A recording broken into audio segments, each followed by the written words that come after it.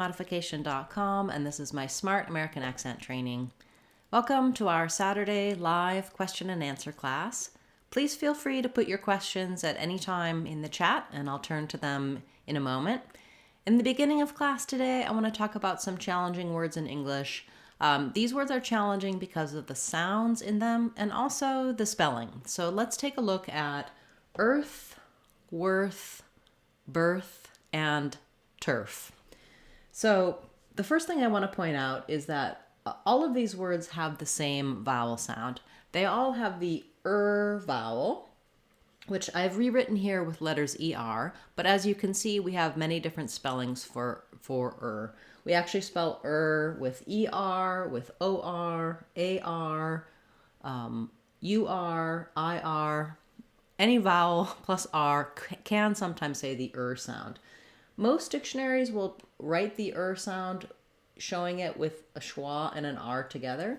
It is one sound, even though they write it as two. That's just a way of representing Some dictionaries will show with this symbol or with this symbol.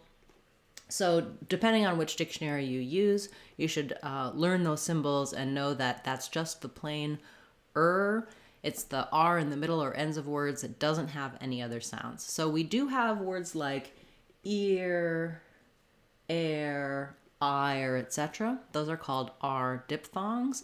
And that's where we're gliding into that sound from another vowel.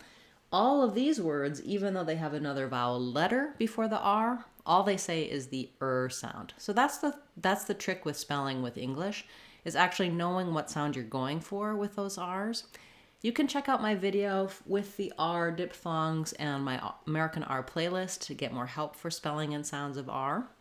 You can also check out our Sounds of English course on speechmodification.com.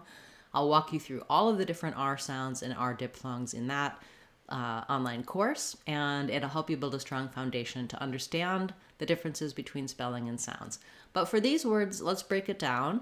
So for all of them, I've rewritten them with the letters ER, so you can think of the sound. I do have videos for some of these words elsewhere, including earth, and talking about how to go from that R to the TH sound. What I'm going to suggest is that really you want to make sure that you're mastering the R and the TH separately in words where they aren't together, so you feel confident then when you're trying to put them together. When I have to say earth, I have to move from my tongue being in that tight back position to my tip of my tongue being forward between the teeth for that flowing TH sound. Earth, earth. It's really important to be strongly in that R sound first. In any word, there's kind of a pecking order or a priority order of the sounds. And for American English, R is the strongest sound. I can't make my R sound correctly if I'm not in that correct position for the R. So for earth, I would just focus on holding your a little longer if you're having trouble with it, saying and then slowly adding your TH. Earth, earth, earth. You can feel that I just sneak that tongue forward for the TH, and it really is mostly back in that R position. Then when it comes to worth, same thing. You can start with the It's going to dominate the word. Worth. So I just close my lips for the W sound, but my tongue is still in that in that position. Letters OR, when they're followed by a W, do say the ER sound. So this is also true for words like work or word. You can get more help for how W changes the letters or the sounds in my videos for that, and also in our Sounds of English course. So we have WAR saying or, WOR saying etc. Then when it comes to birth, here's just an example of the being spelled with IR. Same thing in words like bird, etc. First. And we do actually have a word berth, like the area where you sleep on a boat is a berth. So this is birth as in the birth of a child or an animal, and this is birth like a bed, but they both have the same sound. So again, I'm going to build from that R, birth.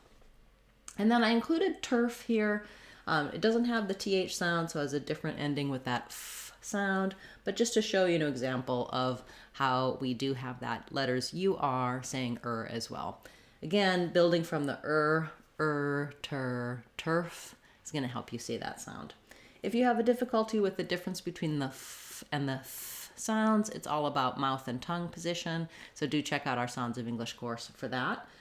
For many people, the TH sound, what happens for them on that sound is it ends up being more stopped. So then birth would sound more like Bert. They're pushing their tongue against their teeth, or they're not allowing the air to flow. Again, working on the TH sound by itself before trying to put it at the ends of words like earth, birth, and worth may be helpful for you. Okay, I hope that helped you with these words, and nice to see everyone here today. I'll turn to your questions now.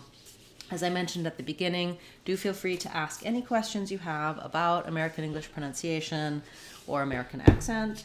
And if you're watching this later as a replay, you can certainly leave your questions as a comment, and I will come back to those comments and give you some resources and answers as well. I often have a video already for your word or your question or your sound. And if I don't, I'll add it to my list to cover in our daily Word of the Day videos. Okay, nice to see you, everyone, as I said. We have a question about the words or the phrases weigh it and grind it. So for weigh it, we would link those together. This word weigh is the same pronunciation as this word weigh. So the way that I weigh it, and it is fairly straightforward. Just thinking about how that links together, that when I'm moving from weigh, that diphthong A, into the next vowel I do what's called vowel to vowel linking here, and that y glide comes in between. So that's easy to represent when we see it with the letter Y. You almost can think about it like weigh it. You can think of the Y kind of jumping ahead onto the I word. Same thing with grind it. I can think of that as the D of grind jumping onto the next word, grind it. So the word grind, the I says the I diphthong. And I've rewritten that here just like we say in a word like right or night. So you can think of that vowel. So weigh it and grind it. Very good. Thank you. Other questions, do feel free to put those in the chat. Looks like we don't have too many live viewers here today. I've been gone the last couple of Saturdays, but I should be fairly consistent and back at this normal 9:15 time. So those of you who are watching this later, and if you'd like to join live next Saturday, feel free to mark your calendars to step in. I will go to some questions that have come in recently on comments and start answering those. And then if you have more questions and you're here live, you can let me know. Okay. So let's take a look at the word commentary. So we have comment. In comment, we have first syllable stress. So the letters C-O are going to say the ah vowel. And then comment meant this is going to be a real reduced vowel, more like a schwa. So I would write that out like ka. He had a comment about it.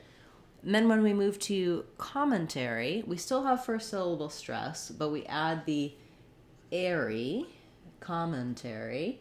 It's going to sound more like the word common. So I would think of that as having, again, that ka, men, ter, e. So I've rewritten the letters AR as AIR to let you know it has that air diphthong. Commentary, commentary. So again, thinking of that T as in comment, I'm going to probably use a stopped T because it's at the end of the word. So I won't necessarily have comment. It's okay to use that T, but you'll notice that Americans often use a stop T at the end of a word, comment. In commentary, the T jumps onto the air syllable, and it's a true aspirated T, commentary. Just to mention that sometimes NT in a word like interview or internet, we often would just say that as interview or internet. Those NTs where it doesn't start a stressed syllable or a secondary stressed syllable, we often just leave that T out. In commentary, we wouldn't say commonary. You can hear how that doesn't sound right because the T jumps onto the tear syllable. You can get more help for NT in our Sounds of English course. And of course, we have a lot of videos talking about this phenomenon. How we say T's in American English in the middle and ends of words is very different than in a lot of other dialects of English. And it's one of the aspects of the American accent that's most noticeable in making something sound American. Okay, great. That was a great request from a viewer. We have a question about the word wavelength. So wavelength. The challenge here for many people is the word length, and I do have a video about length, strength, etc. For wave, the first part of the word, letter A says the A sound. So thinking about that, like weigh, weigh it or weigh, we can add the V, wave, wavelength. So then we just go to our L sound in length. We have the eh vowel, the NG sound, and the TH sound. So if I'm going to do this as IPA, we would have first syllable stress. Wavelength is an example of a compound noun. Those typically will be stressed on the first syllable, wavelength. So thinking about it like wave length. It's pretty straightforward in terms of the spelling. I wouldn't really make a lot of changes or adjustments to show you that for wavelength. Okay, wonderful. Well, we'll keep it a little bit short today since there aren't so many of you here, but thank you to those of you who did come to the live class, and those of you, as I mentioned, who are watching later, feel free to leave your comments and questions. I can cover them in a future class, and you can also attend next Saturday. We'll be starting live, 9:15 Seattle time, 12:15 Eastern time, and Saturdays going forward. I'll be back again tomorrow with Word of the Day and with our members class on Sundays, as well as additional videos that we've been adding, our short videos for our playlists, such as our names playlist, our medical words playlist, etc. Leave me your requests, comments, and suggestions. I love responding to comments and interacting with you, the viewers. Thanks so much for watching and for supporting the channel. I'm Christine Dunbar from speechmodification.com. Remember, if you want to sound like a native speaker, you can do it. speechmodification.com. Bye, everyone. Hope to see you again soon.